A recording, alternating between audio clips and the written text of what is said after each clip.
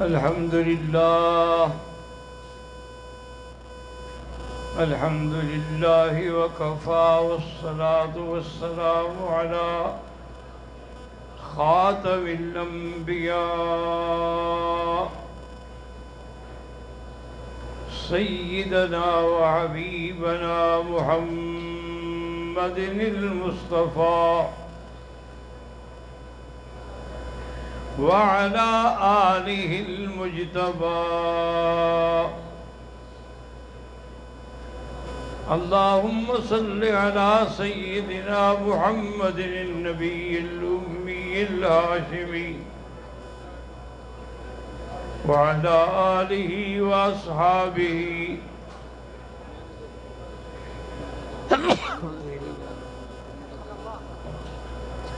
وعلى آله وأصحابه نجوم الهدى. أما بعد فقد قال الله تبارك وتعالى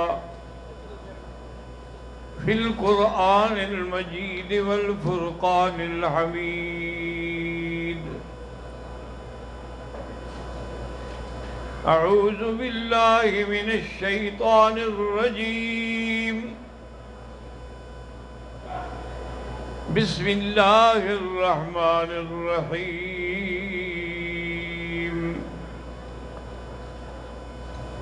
ما يلفظ من قول إلا لديه رقيب عتيد. قال النبي صلى الله عليه وسلم: المسلم من سلم المسلمون من لسانه ويده، أو كما صدق الله العلي العظيم وصدق رسوله النبي الكريم، ونحن على ذلك لمن الشاهدين ومن الشاكرين.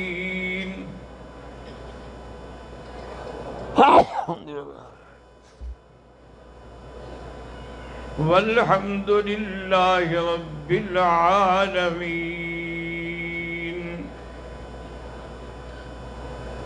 رب اشرح لي صدري ويسر لي أمري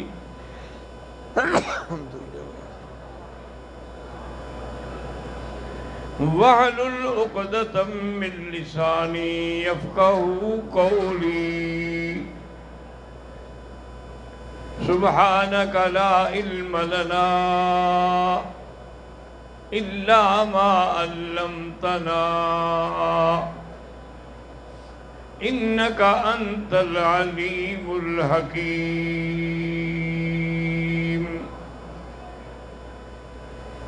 برادران اسلام، سابقہ دروس میں ہم نے صبر اور اس کے بعد شکر اور اس کے مقابلے پہ کفر کے بارے میں بات کی تھی. آج کے درس میں ہم زبان کی حفاظت کے بارے میں عرض کرتے ہیں کہ زبان جو ہے یہ بڑی اہم ترین چیز ہے.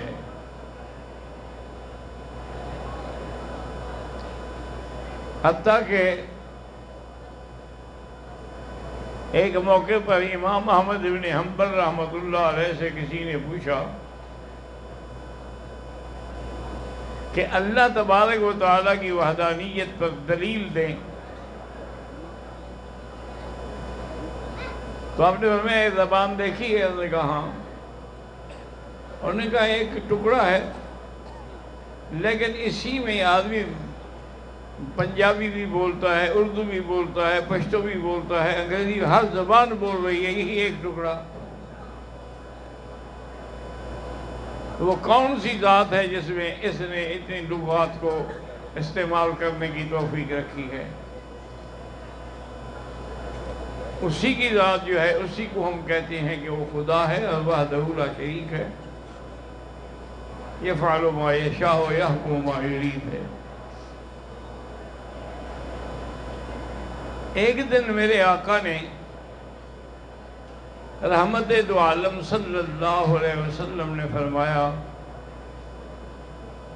کہ من یضمن لی بین لحییہ و بین رجلیہ اضمن لہ الجنہ، او کما قال النبی صلی اللہ علیہ وسلم۔ اور فرمایا جو بندہ ان دو کے درمیان یعنی زبان اور دو پاؤں کے درمیان یعنی شرمگاہ ان کی ضمانت دے کہ میں غلط استعمال نہیں کروں گا تو اس کی جنت کا میں ذمہ دار ہوں۔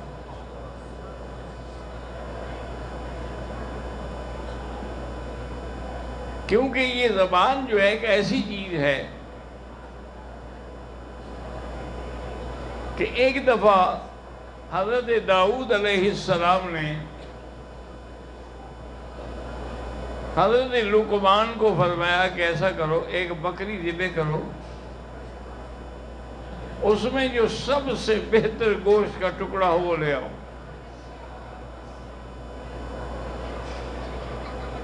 انہوں نے بکری ذبح کی اور اس سے ایک ٹکڑا زبان کا اور دل کا لے آئے۔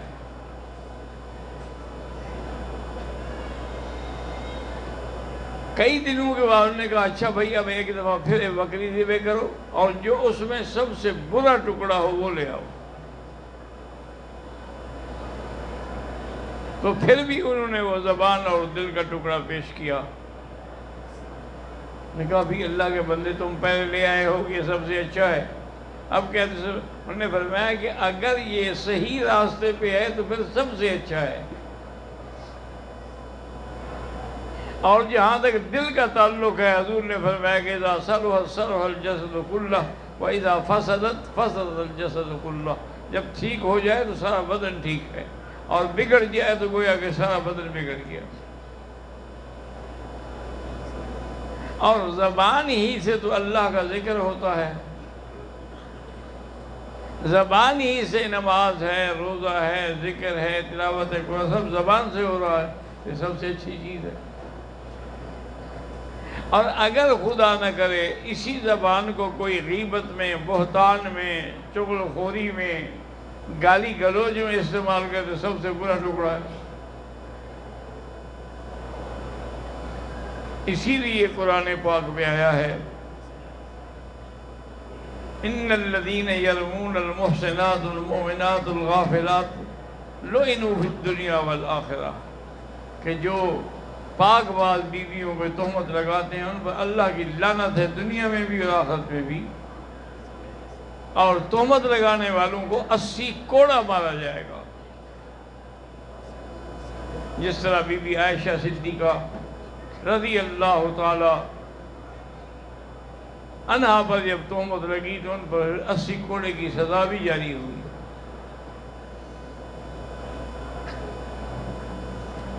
ایک دن حضور صلی اللہ علیہ وسلم بیٹھے ہوئے ہیں اور بی بی عائشہ صدیقہ رضی اللہ تعالیٰ عنہا بھی بیٹھی ہیں۔ یہود کے کوئی پڑھے لکھے لوگ گزرے تو انہوں نے کہا السلام علیکہ۔ وہ حضور صلی اللہ علیہ وسلم کو جب آتے تھے تو کہتے تھے السلام، سام مانا موت، کہ تم پر موت ہو، سلامتی نہیں۔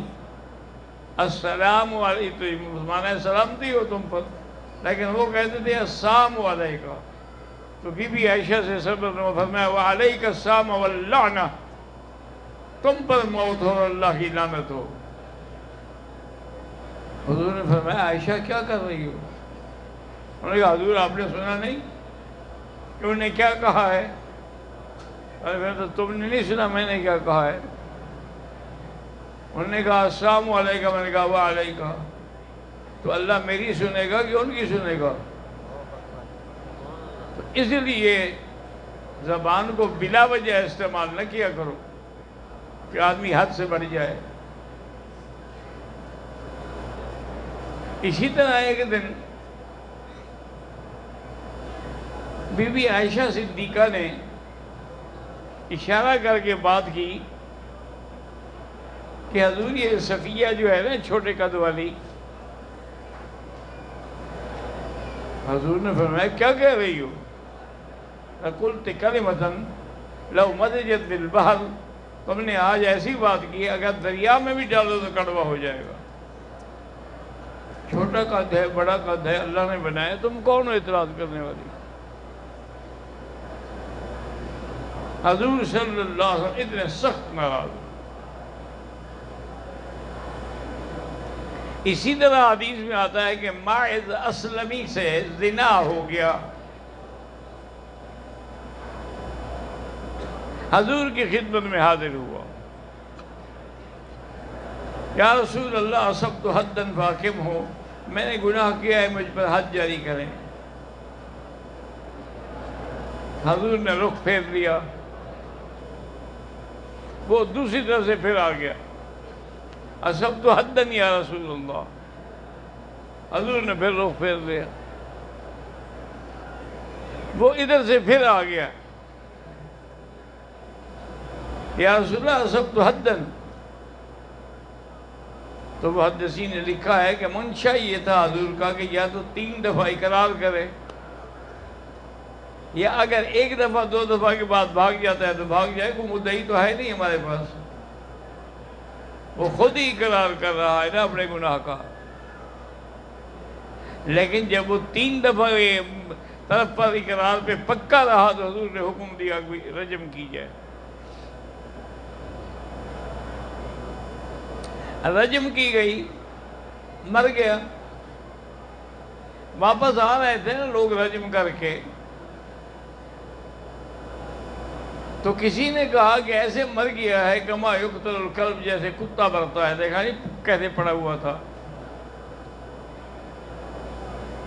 حضور خاموش رہے۔ آگے آئے تو ایک گدھا مردہ پڑا تھا، آپ نے فرمایا یہ کھاؤ گے؟ انہوں نے کہا حضور یہ تو مردار ہے، حرام ہے، ہم کیسے؟ انہوں نے کہا وہ جو گلہ کر رہے تھے مسلمان کا، وہ تو اس سے بھی زیادہ گناہ ہے۔ اَيَحِبُّ أَحَدُكُمْ أَن يَأْكُلَ لَحْمَ أَخِيهِ مَيْتًا فَكَرِهْتُمُوهُ، بھائی کا گوشت کھانے سے اب تمہیں خیال نہیں آیا؟ تو زبان سے اللہ معاف کرے ایسے لفظ نکل جاتے ہیں جو ہلاکت کا باعث ہوتے ہیں۔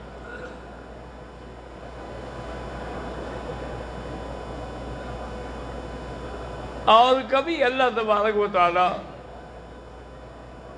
اسی زبان سے ایسے کلمات خیر نکالتے ہیں کہ آدمی اس سے جنت کا درجہ حاصل کر لیتا ہے۔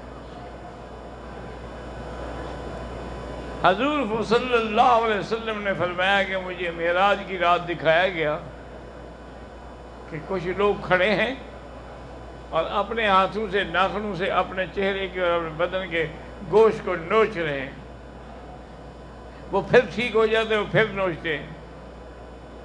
حضور نے فرمایا جبریل یہ کون ہے؟ فرمایا حضور یہ وہ لوگ چغل خور لوگ ہیں جو غیبت کرتے تھے، آج اپنے آپ کو خود سزا دے رہے ہیں۔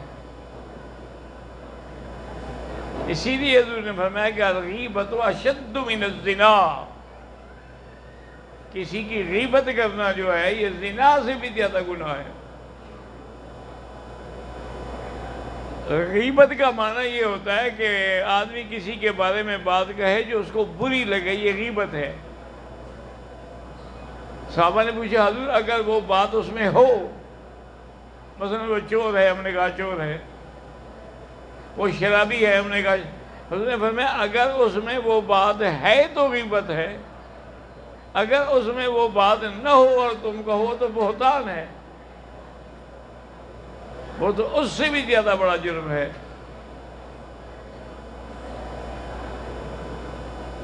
تو صحابہ نے پوچھا حضور پھر یہ غیبت زنا سے بھی زیادہ شدید ہے، کیا مطلب؟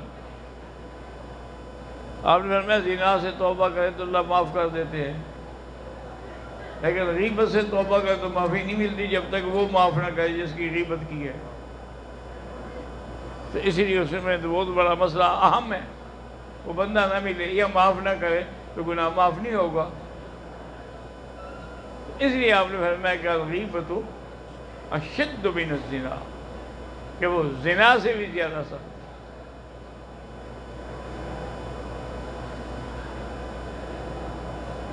ایک عورت تھی صحابیہ، اس بیچاری کو بخار تھا، بڑھاپا پھر بخار، تو وہ گالیاں دے رہی تھی بخار کو۔ حضور فرمایا کیا کر رہی ہو؟ اس نے کہا میں حضور میں تنگ آ۔ آپ نے فرمایا کیا کہہ رہی تو تمہاری گالی دینے سے کیا ہو جائے گا اس کو؟ اگر صبر کرو تو تمہیں جنت ملے گی، اگر صبر نہ کر سکو تو میں تمہارے لیے دعا کرتا ہوں اللہ تمہیں شفا دے گا۔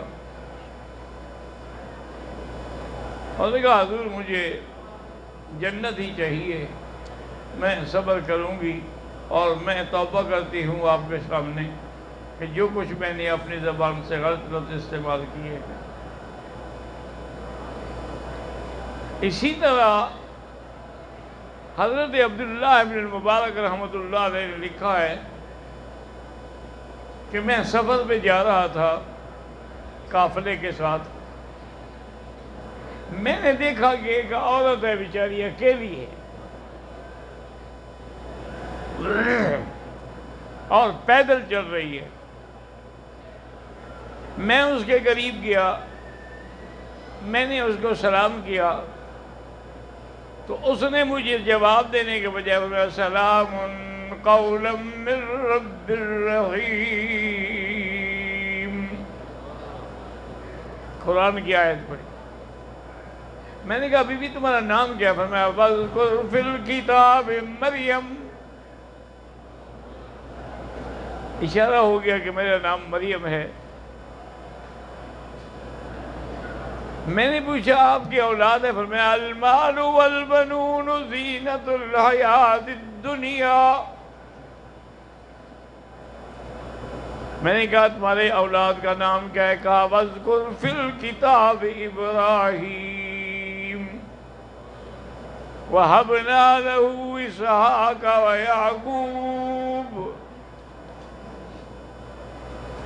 میں نے کہا اماں میرے سفر میں کھانا میرے پاس ہے، میں کھانا لے آتا ہوں، کھانا کھا لیں، سفر میں اکیلے آپ آ رہی ہیں۔ جب میں نے کھانا کھولا تو کہا وَأَتِمُّ الصِّيَامَ إِلَى اللَّيْلِ، کہ میں تو روزے سے ہوں، روزہ تو اپنے وقت پہ کھلے گا۔ پھر کہتے ہیں میں نے سواری کو بٹھایا، بی بی کو سوار کیا، تو اس نے کہا سبحان الذی سخر لنا ھذا وما كنا له مقرنین۔ اب ہم منزل پہ پہنچ گئے، اس کے اولاد بھی آ گئی، بیٹے بھی آ گئے، سب آ گئے۔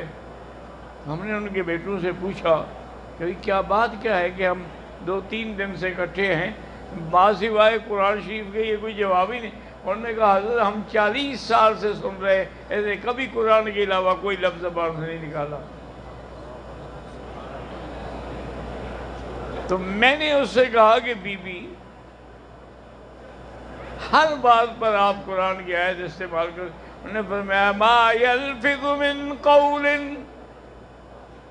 الا لدیہ رقیب عتید، جو لفظ نکلتا ہے اس پر پہرے لگے ہوئے ہیں فرشتوں کے، اور وہ لکھ رہے ہیں، اور قیامت میں محفوظ ہوں گے اللہ کی دربار میں پیش۔ اس لیے میں کوشش کرتی ہوں کہ میری زبان پہ قرآن ہو، کوئی اور لفظ ہی نہ آئے، کوئی غلطی کر بیٹھوں اور قیامت میں اپنی زبان کی وجہ سے پکڑی جاؤں۔ تو بہرحال اللہ پاک ہمیں اسی طرح بہتان ہے، غیبت ہے، چوری ہے، چغل خوری ہے، ایک دوسرے پر الزام تراشی ہے، ایک دوسرے پر مذاق ہے، ٹھٹھا اڑانا ہے، یہ سب چیزیں جو ہیں آدمی کو ہلاکت میں لے جاتی ہے۔ اللہ ہمیں آپ سب کو بچائے، حفاظت فرمائے۔